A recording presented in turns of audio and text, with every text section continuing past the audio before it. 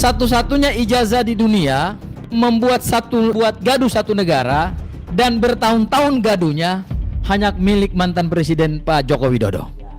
Dan saya kira keterlibatan topi merah dalam perkara ini juga terinspirasi oleh fakta ilmiah yang tidak pernah dibantah juga dengan fakta ilmiah yang sebanding.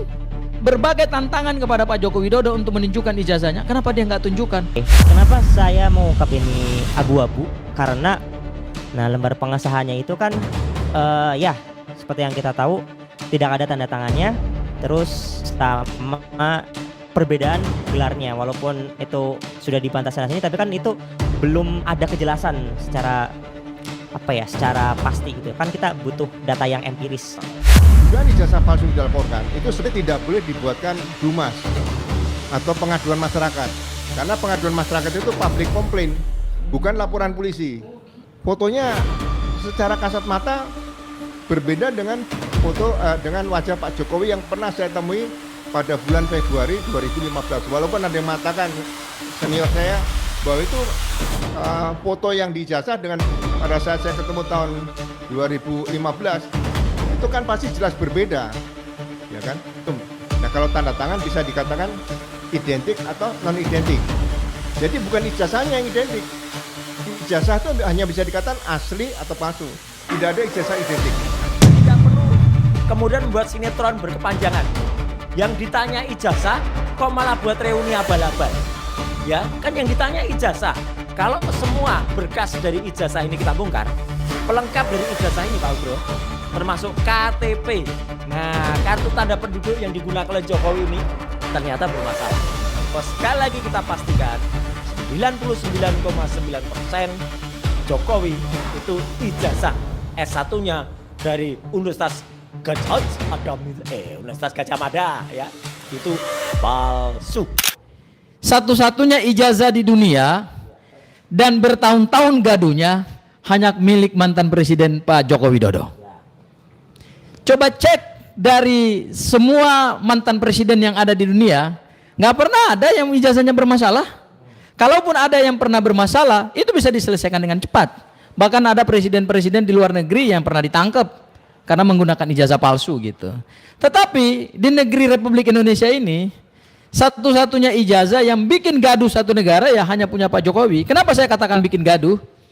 Karena Pak Joko Widodo dari awal tidak punya sikap negarawan untuk menunjukkan ijazahnya kepada publik. Karena itu Anda meyakini palsu gitu? Saya meyakini bahwa ijazah ini bermasalah sehingga perlu diungkap fakta dan kebenarannya gitu. Dan kita berterima kasih ada tokoh seperti Mas Roy, dan saya harus nyatakan kembali lagi, saya sebagai kuasa hukumnya, di sana juga ada Bang Refli, saya bangga terhadap yang namanya Roy Suryo. Karena ternyata tidak gampang digoyang oleh proposal restoratif justice. Nah, padahal konon katanya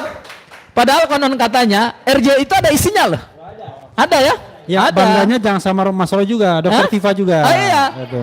Dan satu lagi, seorang perempuan yang luar biasa. Saya teringat sama seorang pahlawan di Maluku namanya Christina Marta Tiahahu. Di zaman Belanda, dia berjuang meskipun dia seorang perempuan, tapi dia mengorbankan nyawanya untuk memerdekakan daerahnya dari kolonialisme Belanda. Dan itu sekarang ternyata diteruskan oleh perempuan-perempuan hebat, salah satunya adalah Dr. Tifa. Dan saya bangga dengan perempuan seperti Dr. Tifa, ibu yang sangat kita hormati, di tengah status dia sebagai pejuang yang menurut bahasa hukum itu adalah tersangka, dia masih berjuang untuk menyelesaikan pendidikan doktoral di 2 program studi, dan itu luar biasa, itu amazing. Itu sesuatu yang tidak mudah ya. Itu hanya dimiliki oleh perempuan-perempuan tangguh, itu hanya dimiliki oleh perempuan-perempuan hebat. Dan bangsa Indonesia patut berterima kasih karena perempuan seperti Dr. Tifa seharusnya menjadi inspirasi buat kita semua. Dan saya kira keterlibatan topi merah dalam perkara ini juga terinspirasi, ya nanti dijawablah oleh Mas Topi Merah ya. Terinspirasi oleh fakta ilmiah yang tidak pernah dibantah juga dengan fakta ilmiah yang sebanding, tidak pernah juga dibantah oleh metodologi ilmiah yang sebanding dari kubu sebelah, tetapi yang mereka lakukan adalah justru membawa perkara ini ke ranah perbedaan pendapat secara ilmiah. Itu harus diselesaikan juga secara ilmiah, bukan bahwa ini kerana hukum pidana. Kalau kita membawa ini kerana hukum pidana, berarti kita bungkam, semua anak bangsa dibungkam hanya karena untuk menutup kebohongan. Seperti itu Bang Refli dari saya, Bang. Ini, kalau saya misalnya ya, kenapa saya merasa ini palsu? Karena foto ijazahnya bukan Pak Jokowi. Nah, kan jelas kan itu. Itu kan single. Yang lainnya nggak tahu. Tapi saya cuma feeling saya cuma fotonya doang kan gitu. Atau saya punya ilmu good governance, clean government, tata kelola pemerintahan yang baik. Ini kalau orang tunduk pada tata kelola pemerintahan yang baik, nggak belit-belit begini. Ah, gitu. Ya. Nah, gitu loh. Baik Ya. fakta maupun indikasi maupun keyakinan. Silakan. Alasan saya yang kedua, kalau tadi cuma satu-satunya negara di dunia yang menimbulkan gaduh satu republik karena ijazah, itu adalah hanya punya Pak Joko Widodo. Alasan saya yang kedua adalah ini sengaja menggunakan ilmu menyembunyikan sesuatu di belakang gitu loh, Bang Refli. Kalau ijazah asli, orang pasti bangga. Apalagi the center of excellence sekelas UGM. Ya, Bang Refli, Mas Roy, alumni UGM asli. Kemudian di samping saya ini ya, setelah Pak Ugro ada seorang anak muda pernah juga diterima di Universitas Negeri Undip, Universitas Diponegoro ya, dan kemudian mendeokan diri sendiri karena tidak cocok dengan kurikulum pendidikan, tapi tidak mati pengetahuannya, bahkan berkembang terus pengetahuannya. Ini juga produk-produk dari Universitas Negeri, pasti bangga dong menunjukkan ijazahnya gitu. Saya juga misalnya salah satu alumni dari Universitas Negeri, pasti juga saya akan bangga menunjukkan ijazah saya. Kenapa malu? Karena di dalam ijazah itu tidak ada aib. Tidak ada sesuatu yang membuat orang malu. Itu prestasi akademik. Dan prestasi akademik itu didapatkan dengan proses akademik yang panjang gitu. Masuk universitas negeri, barangkali nanti bisa dijawab juga oleh Pak Ugro, tahun 1980 itu tidak mudah orang untuk masuk ke universitas negeri. Karena tidak banyak universitas swasta. Sehingga anak muda, sehingga lulusan-lulusan SMA, anak-anak muda itu pasti numpuknya larinya ke universitas negeri. Karena saat itu choice untuk memilih universitas swasta beda dengan yang sekarang yang jumlahnya sudah ribuan gitu. Sementara di tahun 80, hanyalah orang-orang yang punya ilmu pengetahuan dan pinter, yang lulusnya dari SMA yang pinter itulah yang akan diseleksi dan masuk di universitas negeri. Kalau kemudian di tahun 85 dia mendapatkan ijazah itu dan hari ini dipertanyakan ijazahnya, saya katakan kalau saya sebagai Pak Joko Widodo, saya akan berdiri di depan, undang semua kamera televisi, undang semua ahli-ahli, saya tunjukkan ijazah saya asli dari Universitas Gadjah Mada. Kalau itu didapatkan secara sah dan didapatkan secara kelayakan administrasi akademik. Nah, itulah yang membuat kenapa kita ragu. Dan itulah yang membuat kenapa rakyat juga masih ragu terhadap ijazah tersebut. Itu alasan saya yang kedua. Alasan saya yang ketiga adalah berbagai tantangan kepada Pak Joko Widodo untuk menunjukkan ijazahnya. Kenapa dia nggak tunjukkan? Terakhir Pak Yusuf Kala nantang. Kalau ijazah asli tunjukkan saja, apa susahnya? Kenapa sih harus disembunyikan terus? Akhirnya kan ada sesuatu, ada something wrong gitu loh di belakang itu. Itu yang membuat saya melihat bahwa potensi permasalahan itu banyak sekali. Oke, tepuk tangan. Jadi sobat semuanya, pasti alasan itu dari 1 sampai 100. Cuman bijaksanalah untuk mengungkapkan satu-satu dengan time frame waktu yang ada. Ya. Yang berikutnya adalah kita lelang. Siapa yang mau duluan? Siapa yang mau duluan? Topi merah. The Red Hat Baik. akan mengungkapkan alasan mengapa dia yakin itu asli. Silakan Red Hat. Oke, kalau dari saya sendiri jujur saya lebih ke abu-abu sih Pak. Karena bahaya juga kalau misalkan ngomong asli atau palsu. Ya, saya masih ada rasa-rasa takut. Oke, kenapa saya mengungkap ini abu-abu? Karena Abu-abu itu berarti nggak yakin kalau asli. iya, gak yakin asli dan gak yakin palsu kayak gitu. Oke. Kenapa seperti itu? Karena spesimen yang saya teliti kan hanya punyanya Pak. Itu Dian ungkapannya Sandi. sebegini, nggak yakin asli dan nggak yakin palsu. Itu sama aja dengan mengatakan nggak yakin dia manusia, nggak yakin dia monyet. Iya karena goib Pak.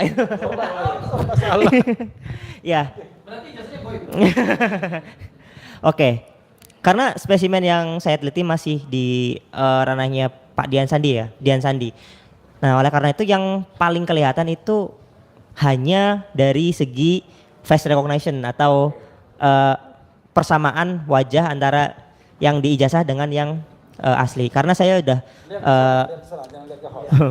ngetes untuk deep face dan FaceNet itu kecocokannya sangat rendah kayak gitu. Jadi ya itu yang pertama saya abu-abukan gitu.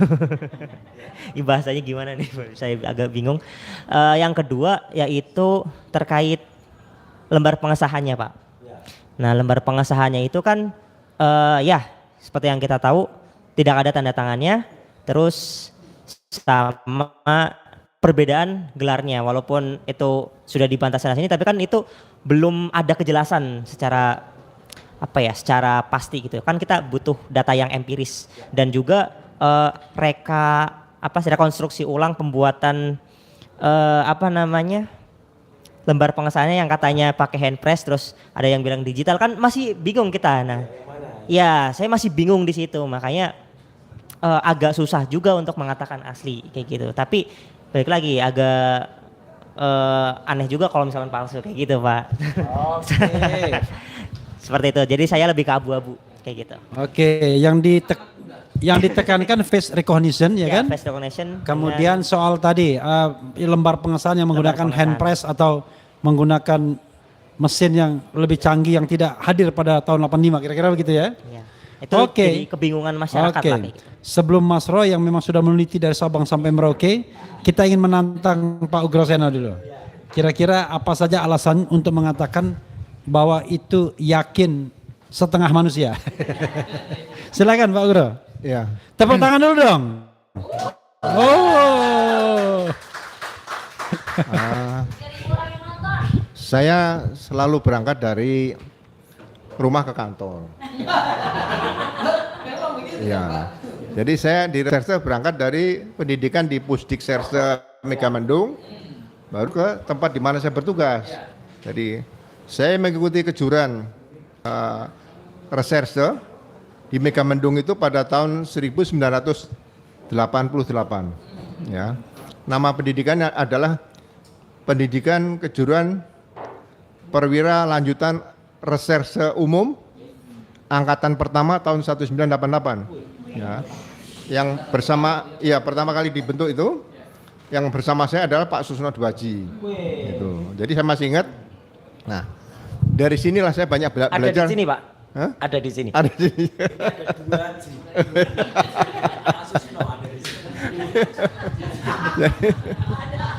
Dan ada dua memang.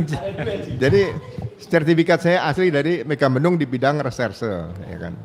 Kemudian saya mengikuti waktu itu ada course singkat dengan Drug Enforcement Agency dari Amerika. Itu penyidikan tentang tindak pidana narkotika. Makanya saya pernah jadi Wakil Kepala Satuan Narkotika Polda Metro Jaya pada tahun 1993 gitu ya. Nah, sebagai seorang reserse pada saat menerima laporan dugaan ijazah palsu, ya, setelah diterima laporan oleh penerima laporan itu biasanya penyidik atau penyelidik, ya. Yang terima ini seharusnya perwira. Kalau dulu Pamapta, sekarang namanya di Sentra Pelayanan Kepolisian SPK. Sekarang pakai T terpadu lagi gitu ya. Nah, dugaan ijazah palsu yang dilaporkan itu sebenarnya tidak boleh dibuatkan dumas atau pengaduan masyarakat. Karena pengaduan masyarakat itu public complaint, bukan laporan polisi. Ya kan? Laporan polisi itu adalah sesuai dengan hukum acara pidana adalah laporan atau pengaduan. Nah, pengaduan di situ bukan dumas tapi delik aduan. Ya, jadi dumas itu tidak diatur, pengaduan masyarakat itu tidak diatur di hukum acara pidana. Tapi deliknya delik aduan. Nah, delik aduan pasal dulu ada 284 misalnya seperti itu, ya. Atau pencurian dalam keluarga misalnya seperti itu. Ya. Dari dugaan ijazah palsu yang saya lihat saya amati nih, yang tadi pertanyaan Mas Refli tadi. Yang pertama foto. Tadi udah katakan sama Bang Gopur tadi. Fotonya secara kasat mata berbeda dengan foto dengan wajah Pak Jokowi yang pernah saya temui pada bulan Februari 2015. Walaupun ada yang mengatakan senior saya bahwa itu foto yang dijazah dengan pada saat saya ketemu tahun 2015 itu kan pasti jelas berbeda, ya kan? Ya saya menyayangkan kalau ada seorang senior di kepolisian juga menyatakan seperti itu. Gimana bisa berbeda? Ijazah SD saya, SMP, SMA, sampai lulus akabri, kalau saya jejerin semua hampir sama dan saya bisa mengenali itu saya. Ya, nah itu dari foto. Yang kedua, materai yang miliknya Pak Bambang almarhum itu materai 100 tapi warnanya merah. Padahal Pak Bambang almarhum tadi dia ijazahnya tanggal 6 Mei 1985. 7 Mei ya. 7 Mei 1985. Itu sudah menggunakan materai Rp100 berwarna merah. Tapi yang milik Pak Jokowi ijazahnya itu bulan November, 5 bulan kemudian mengapa menggunakan materai Rp100 warnanya hijau. Nah, materai hijau dan merah kalau lihat data bisa kita cari, itu sepertinya lahir materai hijau dulu atau materai merah dulu. Dan itu kan masih muncul pertanyaan berdasarkan analisa kriminal kita, gitu loh, sebagai seorang reserse. Kemudian tanda tangan, baik dekan maupun rektor. Secara kasat mata saja sudah dilihat pasti berbeda, kasat mata ya. Dan itu harus disebutkan secara laboratorium. Nah kalau tanda tangan bisa dikatakan identik atau non identik. Jadi bukan ijazahnya yang identik. Ijazah itu hanya bisa dikatakan asli atau palsu. Tidak ada ijazah identik. Ya seperti itu. Jadi bahasa-bahasa hukum supaya rakyat nanti tahu. Ya. Nah kemudian beberapa petunjuk kalau hukum acara pidana yang lama Undang-Undang nomor 8 tahun 81 itu alat bukti nomor 3 adalah nomor 4 itu adalah petunjuk. Tapi di KUHP yang baru petunjuk dimasukkan. Ya. Nah, petunjuknya cukup banyak di situ. Kalau kita bisa lihat dari beberapa yang bisa dikembangkan untuk membuktikan ijazah itu palsu atau tidak, seperti itu, ya. Nah, ini mudah-mudahan yang bisa kita kembangkan nanti, beberapa hal yang bisa kita sampaikan pada publik supaya tidak bias bahwa dugaan ijazah palsu itu cukup kuat sekali bisa dituduhkan kepada laporan polisi yang atau Dumas yang sudah di SP2 Lidik tadi, ya.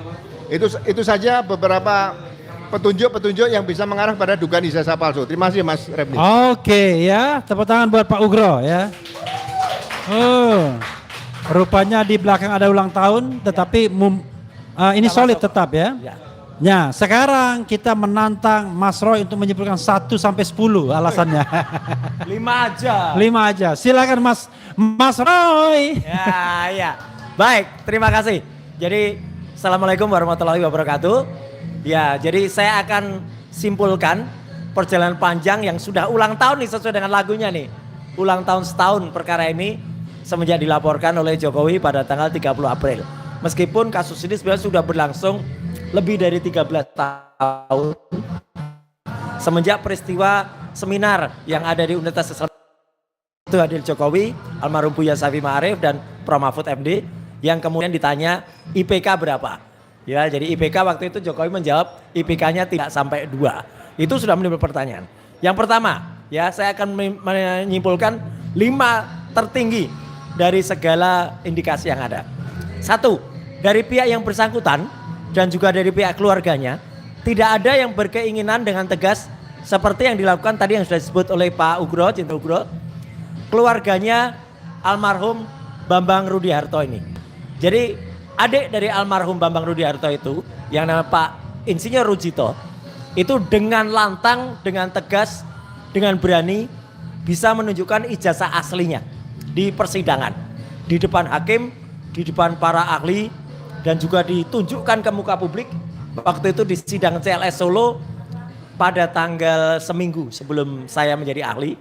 Kalau nggak salah tanggal 11 atau tanggal Februari waktu itu ditunjukkan dan masyarakat bisa melihatnya. Bahkan waktu itu masyarakat bisa membawa senter untuk kemudian menerawang yang namanya embos. Jadi embosnya di Terawang ada.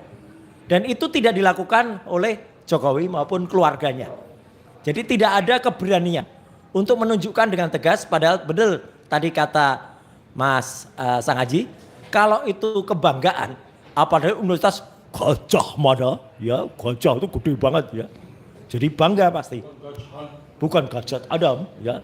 Itu langsung tunjukkan dengan bangga. Dan tidak perlu kemudian membuat sinetron berkepanjangan. Yang ditanya ijazah, kok malah buat reuni abal-abal. Ya, kan yang ditanya ijazah. Nggak perlu buat, dan reuninya juga lucu. Beberapa kali saya hadir reuni terakhir yang saya live kan di Roy Suryo Official itu kan, begitu kita datang, ya itu reuni Kafis Polgama, kita datang tuh ya kemudian pukul-pukulan.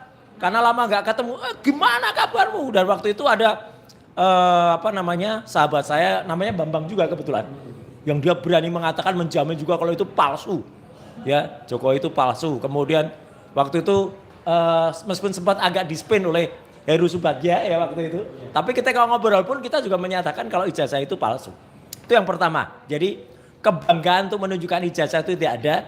Jadi wajar kalau masyarakat Indonesia, mohon maaf, langsung tidak, ini orang ini punya ijazah asli atau enggak sih gitu.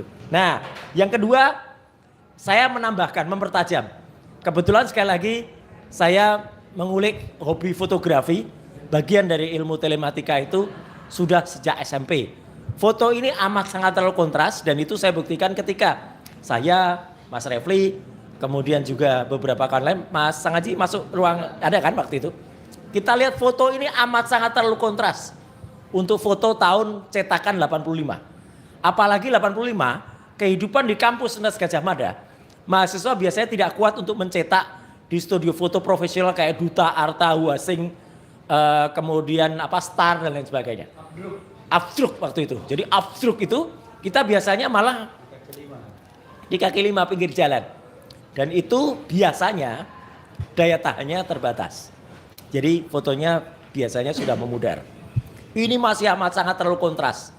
Jadi waktu itu kita lihat, bahkan kita lihat tidak mungkin itu foto yang pernah dicetak sekitar 40 tahun yang lalu. Foto itu pasti memudar. Apalagi dengan kaki lima, biasanya kualitas dari yang namanya developer dan fixer untuk bahan mencetak foto waktu itu adalah tidak sebaik yang sekarang. Jadi pasti memudar.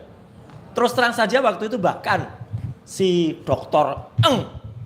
Hasiolan itu menunjukkan foto ijazahnya UGM juga yang S1 dan juga S2. Itu fotonya pun sudah memudar. Yang ketiga, saya memperkuat statement dari Mas Topi Merah. Dan bahkan Mas Topi Merah, saya memegang bukti ini secara langsung. Jadi ini adalah bukti primary yang saya pegang dan saya terima dari Wakil Rektor Prof. Wening Widasworo dan juga Dr. Ari Sujito. Skripsi ini saya pegang.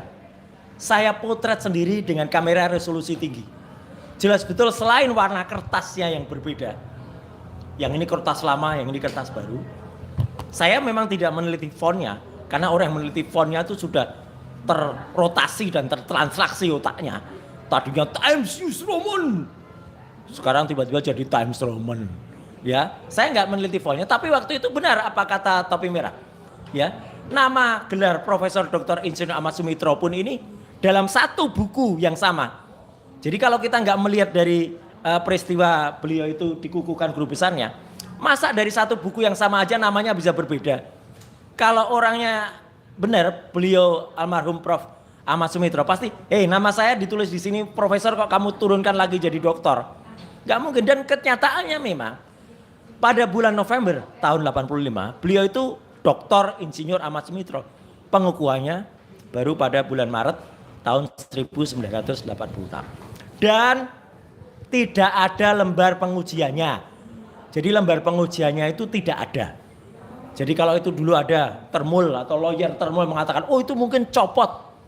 Gimana bisa copot dalam satu bendel buku skripsi yang sangat bagus. Ada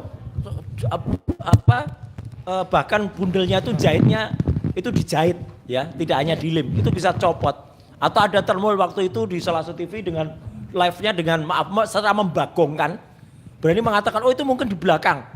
Orang ini pernah bikin skripsi gak sih? Mana ada pengujian itu ada di belakang. Ya, di belakang itu adalah lampiran-lampiran pendukung, mungkin tabel atau apa tuh baru di belakang. Nggak mungkin dia ada di depan gitu loh. Jadi itu yang jelas banget. Nah, kemudian kesimpulan berikutnya adalah yang keempat adalah ini the legend yang namanya ELA, Error Level Analysis. Ini jelas betul. Ijazah yang asli, saya nggak tanggung-tanggung, saya contohkan ijazah saya yang ada di atas. Kalau di ELA, gambar yang benar ketika di ELA, masih terbaca ini ijazah, masih terbaca ini ijazah. Ini saya sebagian ELA, sebagian asli masih. Ijazah yang waktu itu diupload oleh Dian Sandi, ketika di ELA rusak.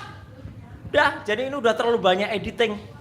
Sudah kayak, maaf waktu itu saya bilang kotoran burung ini. Udah bahkan Dr. Eng, Hasiolansiano M. Eng, mengatakan ini tidak ubah bedanya dengan toilet paper. Ingat loh Mon, kamu pernah mengatakan ini toilet paper. Coba nanti di buku yang baru kamu katakan apa? Ya, apakah gold paper atau apa? Dulu kamu mengatakan ini toilet paper. Jadi saya benar-benar mengatakan ini adalah dari sisi ilmiah. Saya tidak pernah membuat kesimpulan di atas 100%. 99,9% ini palsu karena itu sesuai dengan manusia yang dibatasi dan tidak mungkin menyamai Allah Subhanahu wa taala yang 100%. Dan kesimpulan kelima atau yang terakhir adalah ketika saya menghargai berbagai penemuan atau analisis dari para pakar-pakar yang lain. Termasuk yang dilakukan oleh Pak Dr. Bonatua yang terbit bukunya berjudul Tidak Ada Ijazah Jokowi yang Asli. Kemudian penelitian dari teman-teman dari Bon Jovi, ya, Dr. Leoni Lydia, kemudian Pak Lukas Luarso, Pak Syam dan lain sebagainya yang sudah mengambil kopi legalisasi dari 3 KPUD yang ada. Ya, maaf 3 dari KPU, 1 KPU pusat, 2 KPUD. 1 KPUD Solo dan ini terbukti sangat-sangat kalau menurut topi merah meragukan, ya, abu-abu saya pinjam. Karena dari legalisasi tahun 2005 dan 2010 ini tidak ada cap basahnya. Adanya hanya fotokopi dan itu sama persis. Padahal nggak mungkin 2005 dan 2010 itu sama. Harus masa orang ngecapnya 5 tahun jaraknya bisa sama persis plek ketiplek seperti ini. Ini 2005 2010 sama. 2012 seperti ini. 2014 dan 2019 itu pun semua ada kekurangannya. Ya, tidak ada tanggalnya, kemudian bahkan format ijazahnya tereduksi, formatnya tidak menjadi 4 persegi panjang tapi menjadi bujur sangkar. Bahkan ini hal baru dan saya terima kasih kepada Pak Jenderal Ugro. Sebentar lagi juga akan kita bongkar. Kalau semua berkas dari ijazah ini kita bongkar, pelengkap dari ijazah ini Pak Ugro, termasuk KTP. Nah, kartu tanda penduduk yang digunakan oleh Jokowi ini ternyata bermasalah. Karena KTP-nya itu ditengarai, ya, bukan KTP foto, asli yang ada, tapi itulah KTP yang ditempel fotonya. Karena ukuran foto pada posisi foto dan posisi tanggalnya, ya, atau lokasinya ketika dicetak KTP itu menempel di situ. Padahal tidak mungkin. KTP itu seharusnya ada ciri-ciri. Belum akan kita bocorkan sekarang Mas Refli. Tapi itu sebagai hal yang nanti novelty lagi, kebaruan lagi dari penelitian yang akan nanti dilakukan oleh Bon Jovi, yang ketika Bon Jovi nanti akan merumuskan atau menyimpulkan semua pendukung. Jadi kita tidak akan membuat asumsi Pak Ugro, tapi berdasarkan bukti-bukti yang diterima. Karena kemarin Pak Bonatua itu memang hanya meminta ijazah. Tapi kalau Bon Jovi itu meminta semua lampirannya. Dan di situ muncul ada surat kesehatan yang tidak ada, fotokopi ijazah SMA-nya yang tidak ada, kemudian berkas-berkas lain yang enggak ada. Nah, jadi Mas Rafli sekali lagi tepat di Hari Pendidikan Nasional saat ini yang bentar lagi habis Hari Pendidikan Nasional. Iya kan bentar lagi udah tanggal 3 Mei ya. Itu kita mengungkap bahwa sekali lagi kita pastikan 99,9% Jokowi itu ijazah S1-nya dari Universitas Gajah Mada ya, itu palsu. 99,9%. Gitu. Oke, tepuk tangan Siap. semuanya. Woi. Jadi siapa pemenangnya? Ini ada tambahan dari Pak Jenderal Ugro. Oke, silakan Pak Ugro. Jadi salah satu bukti atau alat bukti yang berkaitan dengan dugaan ijazah palsu yang sulit dihindari adalah kita berterima kasih sama Pak Rismon nih. Ya. Ada bukti elektronik. Kalau perkara yang laporan Pak Jokowi di Polda Metro ini memang dikombinasikan antara hukum acara pidana Undang-Undang Nomor 20 Tahun 2025 dan KUHP yang lama Undang-Undang 8 Tahun 81, ya kan? Bukti elektronik yang sangat kuat dan tidak bisa dibantah yang dilakukan oleh Pak Rismon tadi adalah rekaman video Pak Kasmujo. Betul. Nah, itu nggak bisa dibantah oleh Pak Rismon lagi. Kalau dikatakan itu kebohongan Pak Rismon nggak bisa lari dari situ karena video yang bikin beliau. Meskipun respon di sini sudah mencucu gini nggak mungkin ya? Oh, nggak mungkin. Mencucu Jadi itu bukti elektronik sesuai dengan alat bukti yang dinyatakan dalam hukum acara pidana Undang-Undang Nomor 20 Tahun 2025. Ya. Yaitu bukti elektronik. Jadi Pak Jokowi menyatakan bahwa pembimbing akademis adalah Pak Kasmujo. Pak Kasmujo mengatakan dia bukan pembimbing skripsi. Ya. Terus ditanya oleh Pak Rismon lagi, apakah pembimbing akademis? Juga bukan pembimbing akademis. Nah, ini sebetulnya pihak penyidik harus segera melangkah nih. Video tersebut jangan dihilangkan. Ya. Kalau dihilangkan sama dengan menghilangkan barang bukti. Betul. Itu namanya obstruction of justice. Itu yang perlu dijaga. Terima kasih, Mas. Oke, tepuk tangan semuanya. Karena pertanyaan sudah dijawab, maka kita akhiri dengan closing statement. Nah, kan begitu. Ada yang terburu-buru takut udah lewat dari jam 10 ini takut soalnya. sepatunya jadi labu. Oke, silakan. Ya. Closing statementnya, sampai jumpa di Rakyat Bersuara hari Selasa tanggal 5 Mei 2026. Kita berdebat lagi terkait dengan ijazah Pak Joko Widodo.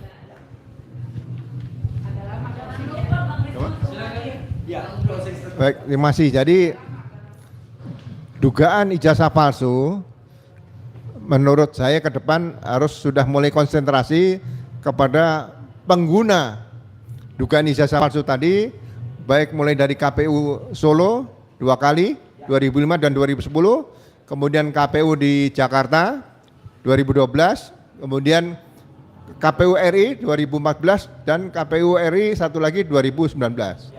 Jadi kita bicarakan dugaan ijazah palsu ini harus segera ditindaklanjuti, ya berdasarkan hasil dari sidang KIP keterbukaan informasi publik tadi yang diajukan oleh Pak Bonatwa dan Bon Jovi tadi.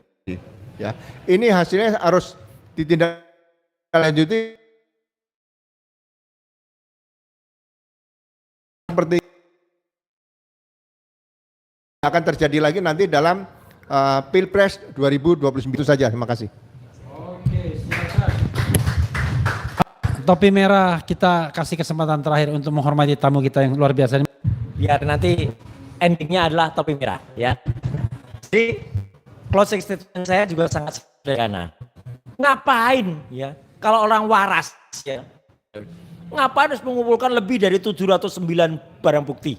Ngapain harus ngambil keterangan dari lebih dari 120 saksi? 20 lebih ahli. Sebenarnya cukup 2 ini aja kalau memang ada ijazah asli dan skripsi asli. Itu aja. Dan kalau ini dikatakan skripsinya asli, tadi yang di-highlight oleh Pak Jenderal Ugro ini benar. Di sini gak ada nama Pak Kasmujo. Ya kan aneh katanya dosen pembimbing. Masa nggak ditulis, gak ada satupun nama Pak Kasmujo selain hanya di situ ada memang catatan atau buku atau kata resume atau jurnal ditulis Pak Kasmujo. Tapi itu tidak ada ucapan terima kasih untuk Pak Kasmujo. Apalagi ijazah yang kalau memang untuk ada sudah cukup 2 ini aja. 2 ini aja itu jadi satu alat bukti surat dan kemudian satu keterangan dari saksi yang ada. Itu sudah cukup. 2 alat bukti itu satu surat, satu keterangan saksi. Nanti keterangan ahli sebagai tambahan. Ini ibaratnya sekali lagi Mas Refli, itu kayak kita lagi nyopir di jalan, kemudian yang nyopir saya. Kemudian saya di stop saya ditanya, SIM-nya mana? Terus kemudian Mas Gafur yang ada di samping saya bilang, oh Mas Roy SIM-nya kayak saya kok, saya punya SIM kayak punyanya Mas Roy. Terus Mas Ngaji, topi merah yang duduk di belakang juga, iya SIM-nya Mas Roy persis kayak SIM saya.